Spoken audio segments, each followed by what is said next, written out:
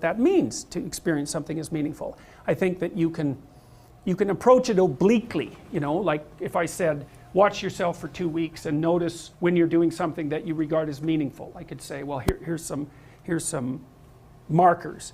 You lose a sense of time, you lose a sense of vulnerability, you're deeply engaged in it. It seems worth the effort, right? You forget yourself while you're doing it. Maybe you forget your existential concerns while you're doing it. You're not ruminating or obsessing about the meaning of your life, right? So there's markers for it. It's like the flow states that Csikszentmihalyi described. And then you can experience it under certain sort of ritualistic conditions. You might experience it when you go see a great movie. You might experience it when you listen to music. I think music is a very, very standard pathway for people to have that kind of experience, because virtually everyone gets intimations of meaning from music. And I think music is hierarchically structured patterns that are representative of being laying itself out properly. It's something like that. So it's an abstract representation of proper being. And so we can grapple with the phenomena of music, and we can box, or phenomena of meaning, we can box it in a little bit and start to conceptualize it. We can start to conceptualize it perhaps as the manifestation of a deep instinct. And so I would say, well, meaning is what manifests itself when you've oriented yourself properly, and when you've optimized the flow of information between you and chaos. That might be the right way of thinking about it. Because you think about a piece of music, is you want it to be predictable, but you don't want it to be perfectly predictable. You want it to be predictable with some interesting variations, and predictable with some variations that make sense. And maybe you can conceptualize that as something like this. It's like, it's predictable at this order of stability, but it's varying down here from time to time. And so you've got stability there, but variability there, and you can handle that. So you want an overarching structure of stability with some internal variability. And maybe that's the way that you update yourself without falling apart. And then I would say you can find the pathway to the optimal rate of update by relying on your sense of meaning. That's what it's for. What it tells you is that you're wandering your way through the world between the catastrophes of chaos and the catastrophes of order, and now and then you swing into the proper locale. You're where you should be. And what happens is you get engaged by that. You get meaningfully engaged by that. And it's fragile. It'll move on you, right? Because it's very difficult to exist at that point constantly. Your bad habits, all sorts of things, your situation, there's all sorts of things that are going to interfere with that. But that doesn't mean that that isn't where you should be. And so then you might say, well, that's where you should strive to be all the time. And then the question might be, well, what would it be like if you were there all the time? And I think that's where intimations of paradise come from. I mean, when I think it was Wordsworth, talked about intimations of immortality in childhood, people tend to romanticize their childhood because of the sense of intense engagement that goes along with being a child. And it's one of the wonderful things about being around children, actually. They pay you for their care. And the way that children pay you for their care is that they turn normal things into magic again when you're around them, because you've seen it 100 times before. And so when you see it, you don't see it. You see what you already know. But when a child sees it, they don't, because they don't know. They see it, and then when you watch them see it, you see it too. And so it's tremendous fun leading a small child around to do things that you've done before, because they're so, they're like this. They're like all the time, and maybe that's too much, and they cry and they get upset and all of that, but a good part of the time it's just wild-eyed wonder, and then you can see the world through their eyes, and it's payment. And so that sense of being engaged like that is something that people love about children, and rightly so. But it's also a marker to the proper way of being. There's a dictum in this is a Jungian idea, that there's no difference between the archetype of the wise old man and the archetype of the child. They're the same thing. Because the wise old man is the person who found what he had in childhood but lost. Right? That's a very powerful motif, is that the purpose of maturation is to return to the state of childhood as a mature being. not to stay in the state of childhood. That's Peter Pan. But to make the sacrifices necessary for maturation and then return. You say, well, how do you do that? Well, you do that in part by noting what it is that's meaningful for you to engage in. I would say it's your nervous system reporting to you, right hemisphere and left hemisphere balanced. The balance between chaos and order produces an output that says you are in the right place. It's a perception. The meaning is a perception of being in the right place. It's the genuine thing. However, because it can be pathologized, that's the thing, and that's why I think there's a call to virtue in most great religious traditions. If you're going to rely on your sense of meaning to orient you, you have to play a straight game, because otherwise you warp and twist the inputs, and then the mechanism won't function properly. You know, it's like if you've blinded yourself to half the world, you can't use your perceptions to orient yourself properly, because the half of the world that you're ignoring is going to pop up at you unexpectedly and take you down. And so if your relationship with the world isn't pristine, honest primarily, then you can't rely on your own internal orienting mechanisms. And then you either fall into chaos, which is an absolute catastrophe, or you have to rely on some kind of external authority. And that makes you prone to possession by tyrannical ideologies, for example, which give you that sense of meaning that you should in fact have as a consequence of your own action. What should you be aiming for in your life? And I can tell you that, roughly speaking. If you're looking for something that will give your life meaning, that's actually quite straightforward as far as I've been able to tell. And this is where the nihilists have it so wrong that it's almost unbelievable. And as far as I'm concerned, fundamentally they're just escaping from responsibility anyways. Even though they have perfectly rational arguments for their nihilism. It's like, everything's meaningless. It's like, no, first of all, no. Pain is not meaningless. You're never going to meet anyone who will ever tell you that their own pain is meaningless. So we can just forego the whole meaningless argument right off the bat. It's like there may be no positive meaning in life. We could have a discussion about that. But self-evident negative meaning exists, and everyone knows it. And even someone who's anarchic and nihilistic to the core, you know, if you drive a spike through their hand, they're going to act like that has meaning. And since I'm an existentialist, yes. And look at how people act instead of what they say. Then they'll act out the idea that that has meaning very, very rapidly. So we'll just go with that. Now, you might say, well, there's all sorts of suffering, and that's self-evident. But that's not the kind of meaning that I believe doesn't exist. I believe that only positive meaning doesn't exist, which is, you know, a little on the negative side, I would say, to begin with. But I can understand it. People can have pretty dreadful lives, you know. And you can easily get yourself in a situation where it seems like there's nothing at all to your life except suffering. And that's what happens to people who become suicidal, for example. And it's no joke. And they have their reasons, man. You know, sometimes those people have been hurt in ways that are absolutely unimaginable. And so when they see a horizon that's full of nothing but suffering, you can't just wave that away. But I would say, the first thing we might hypothesize is that since pain is an unalterable fact of meaning, and certainly seems to be negative, that one of the things you might want to try to orient yourself in relationship to is the reduction of human suffering. You know, because I think that's an important goal. And, you know, the answer to what do you do about a child who's suffering in a concentration camp isn't who the hell's going to care in a million years, right? That's not the right answer. And if it's not the right answer in that situation, then perhaps it's not the right answer at all. And the right answer to who the hell's going to care anyways in a million years is why in the world would you frame the statement that idiotically?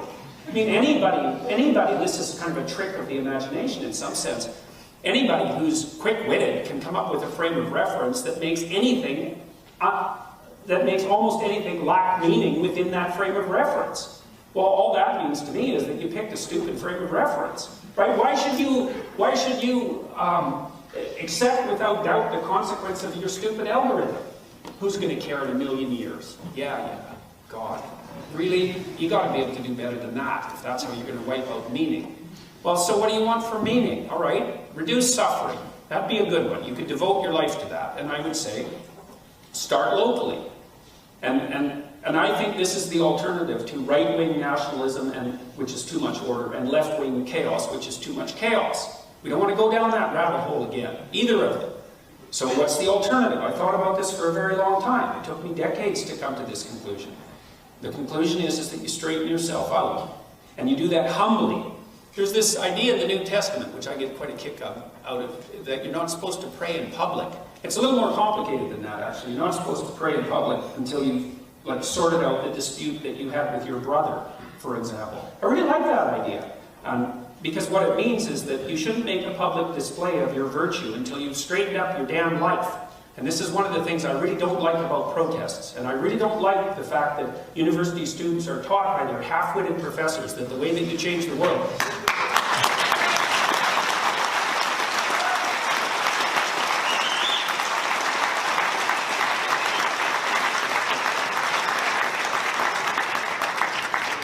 You don't change the world by going and waving signs at people that you've defined as more evil than you. First of all, the probability that they're more evil than you is actually quite low. Because evil though they may be, you're in the same damn boat. And if you've divided the world up conveniently so that you can identify the innocent and the damned, or the oppressor and the oppressed, and you think that you're in the positive category, then the probability that you're part of the solution and not part of the problem is zero.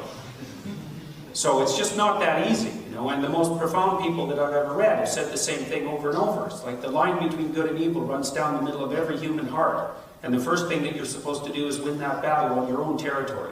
And that's no bloody joke. That's a difficult thing to do, because it means that you have to recognize yourself as a perpetrator of great evil. And that is what you are.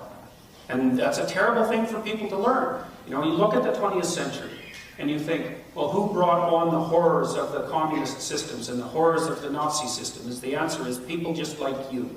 And that's the answer. And if you don't understand that, and you think that answer is wrong, then you're not very wise.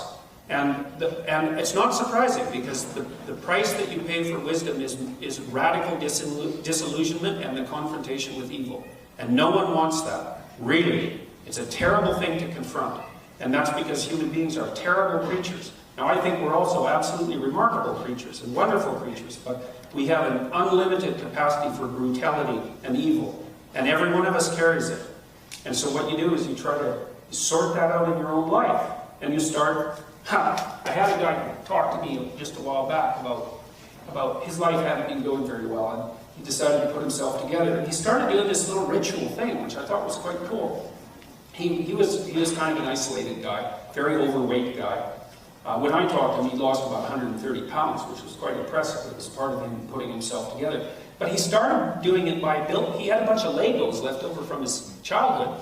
And the first thing he did, because he was feeling very nihilistic and hopeless, he found that he got a little bit of satisfaction out of building little things out of Legos, you know.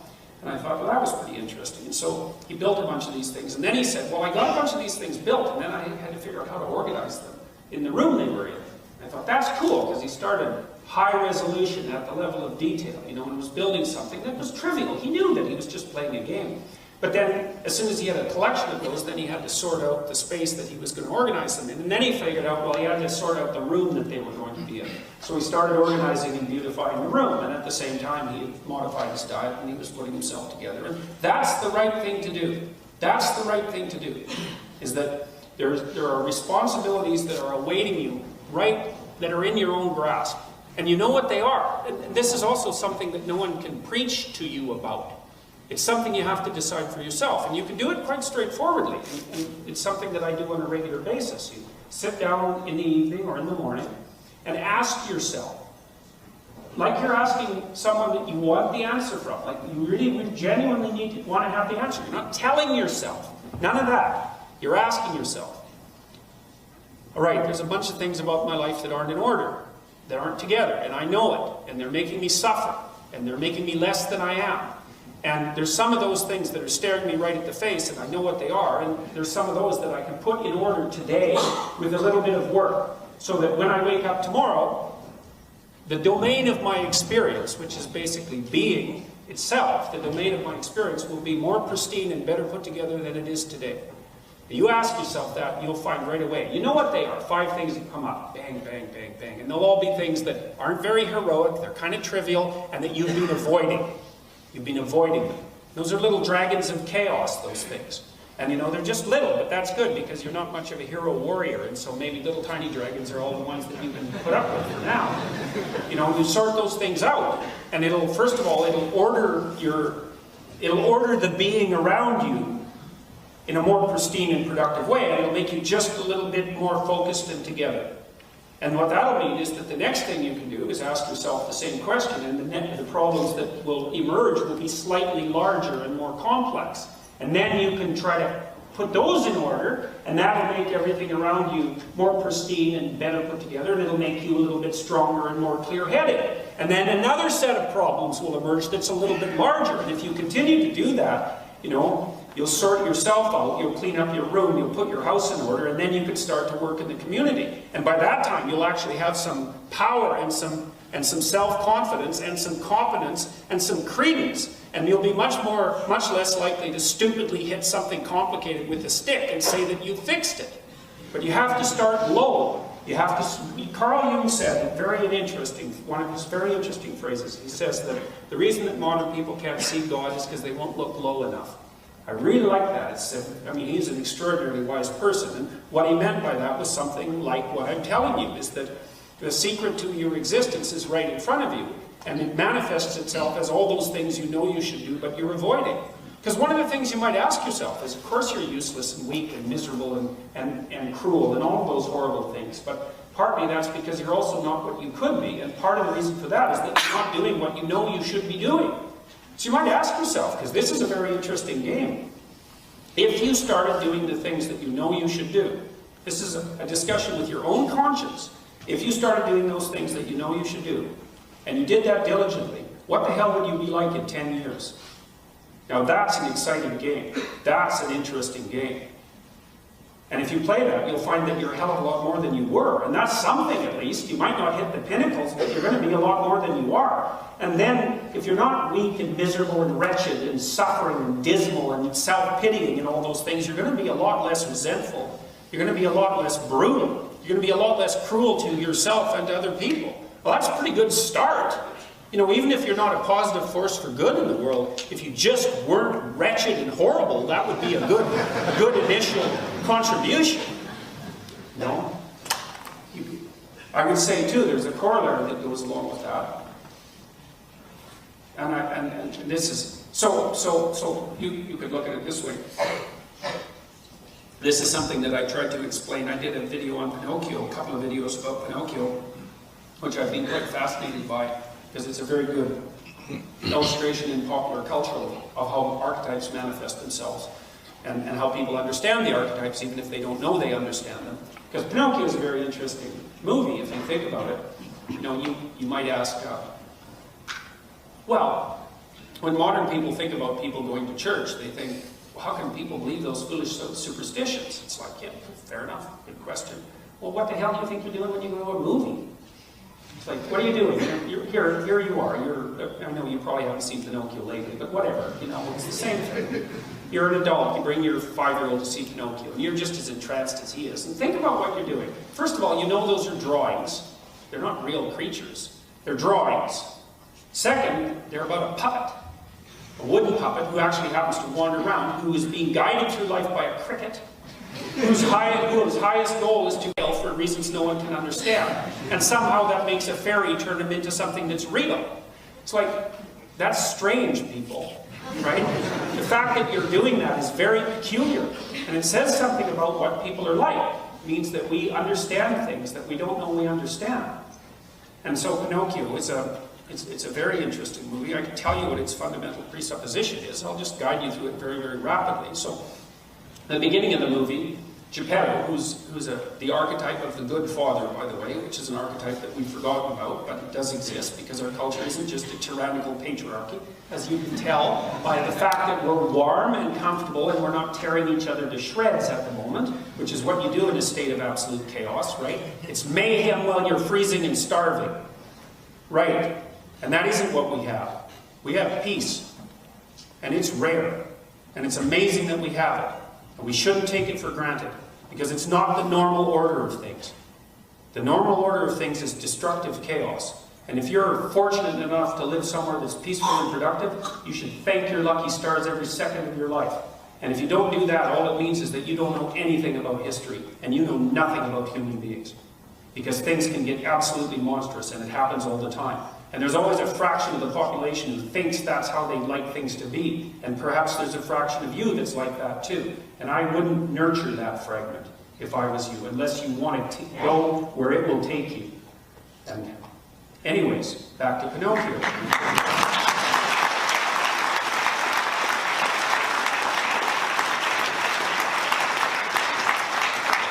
So Geppetto's a good guy, right? And you can tell that he's got a warm house, and it's full of toys, and it's full of music boxes, and he's got a little kitten, and he's got a goldfish, and he takes care of them, and so he's a good guy, and he makes this puppet.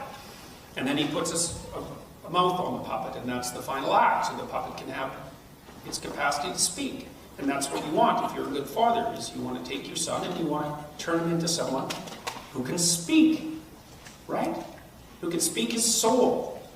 And so Geppetto puts a smile on his son's face and says, wouldn't it be wonderful if he could be a good boy? It's like, yeah, wouldn't it be wonderful, right? Because that's what you do if you're a good father. You think, wouldn't it be possible if this puppet could actually become something genuine and independent with its own voice? Well, he says that's unlikely and goes off to bed. And then a star appears up in the window, and he wishes on a star. And you think, well, what does that mean? What does it mean to wish on a star? It's like, well, a star is the light that beckons in the darkness, right? And it's something transcendent. You look up into the night sky, and it's awe-inspiring. Whether you're religious or not, you're looking into the infinite. Well, you make a relationship with the infinite by wishing on a star. You raise your eyes above the horizon and point at the light that beckons in the darkness. And you say, I wish more than anything else that my son could become a real person. It's like, that's what you do if you're a good father. You don't want to make him into a slave. You don't want to be a tyrant. You don't want him to be a puppet. You want him to be something strong and independent. Well, so off Pinocchio goes out into the world, right? And he faces all these different moral problems. He's armed with his conscience. It turns out to be a bug, right? Well, why? Well, it's because things bug you. You know, your conscience bugs you. And the reason that the conscience is Jiminy Cricket is because that's the same initials as Jesus Christ. And Jiminy Cricket is southern U.S. slang for Jesus Christ. And no doubt the animators thought that was very comical. And I'll tell you that the bug is a very strange representation of Christ, that's for sure. Who would make it into a cricket? And he's also rather error-prone in the movie, so because the movie doesn't have precisely a formal Christian structure. But part of the reason, this took me a long time to figure out too, is that you have to have a dialogue with your conscience. But it has to be a dialogue because it's actually not 100% right. It has to be something that you build by having a discussion with it across time, and that's actually what Pinocchio does with Jiminy Cricket as the movie progresses. Both the puppet and the conscience get wiser by banging themselves against the world. And the puppet has to resist the temptation of easy fame and celebrity. That's the first temptation, right? Because he's asked to be an actor, which is an easy way to be celebrity. It's like the Kardashians, right? It's status without responsibility or competence. And so that beckons as an attraction. And then he learns that lying is a very bad idea, right? That's why his nose grows, so he has to get that sorted out. And then he's asked to present himself as a victim of circumstances. That's what the fox and the coyote do. And when he decides that he's too ill to go back to school, they take him to Pleasure Island, where he's trained to be a jackass that works for slavers in the salt mines. Right. Well, not bad for animation, I would say. And then at the end of the movie, he tries to go back home because he's terribly lost and he's half jackass because the people at Pleasure Island have taught him to do nothing but bray, which I can't help but think offers, or what would you say, is an appalling parallel to what's happening to people who are being educated in modern universities, right? Which are increasingly playhouses where you're taught to bray. I mean, listen, I can't listen to protesters. It's just painful. It's this constant repetition of soulless nonsense.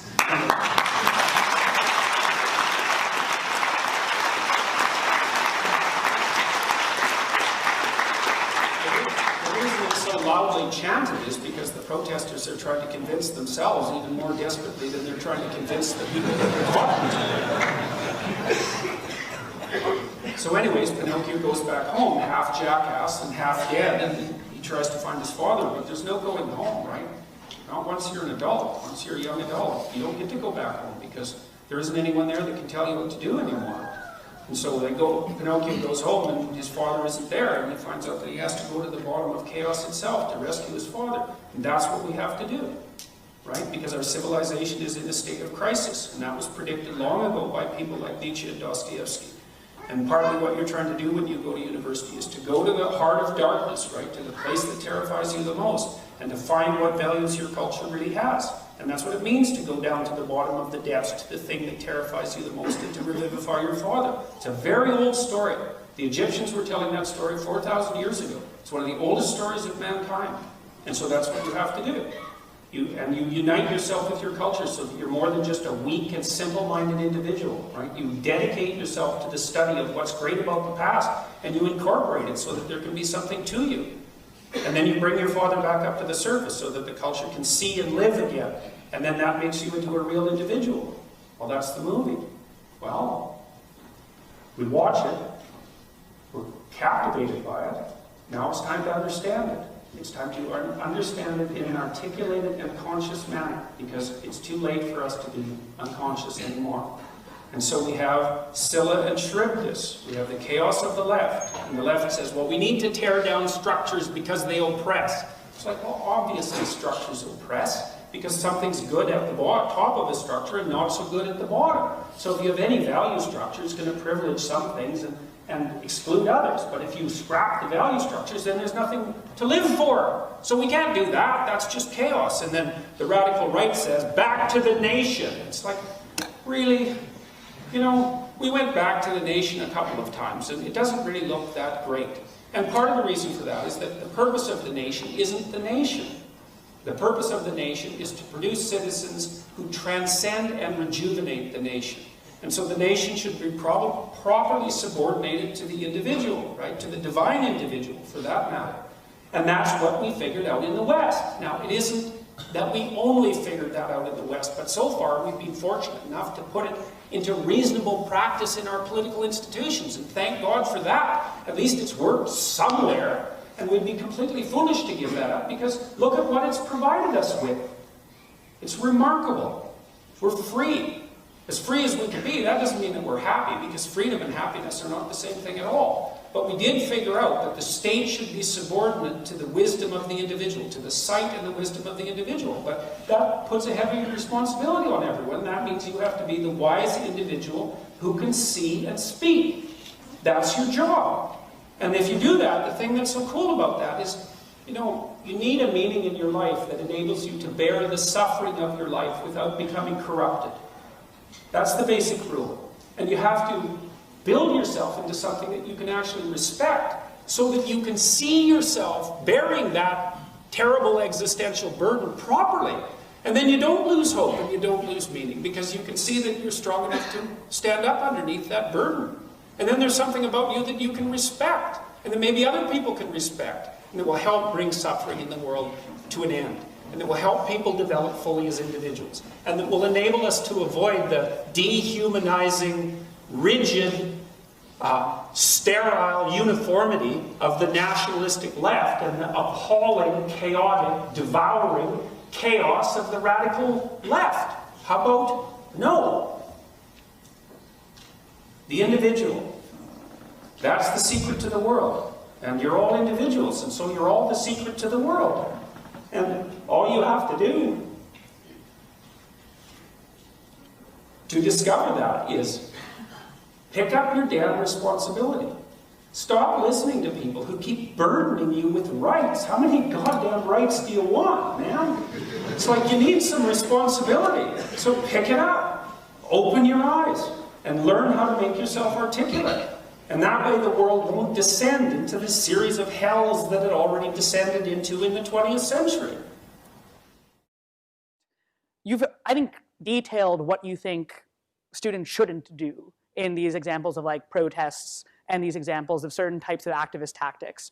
What advice would you have for students? How can students make the changes that they want to make? Particularly, do you have any advice for students here? Yeah, read great books. Really, man. You've got this 4-year period that has been carved out of your lives by society. It's given you an identity, like a high-quality identity, and freedom at the same time. And you're not going to get that again in your life. You've got you've got a respectable identity, university student, and complete freedom associated with that, or as near as you're ever going to get. And you've got these unbelievable libraries that are full of the writings of people who are intelligent and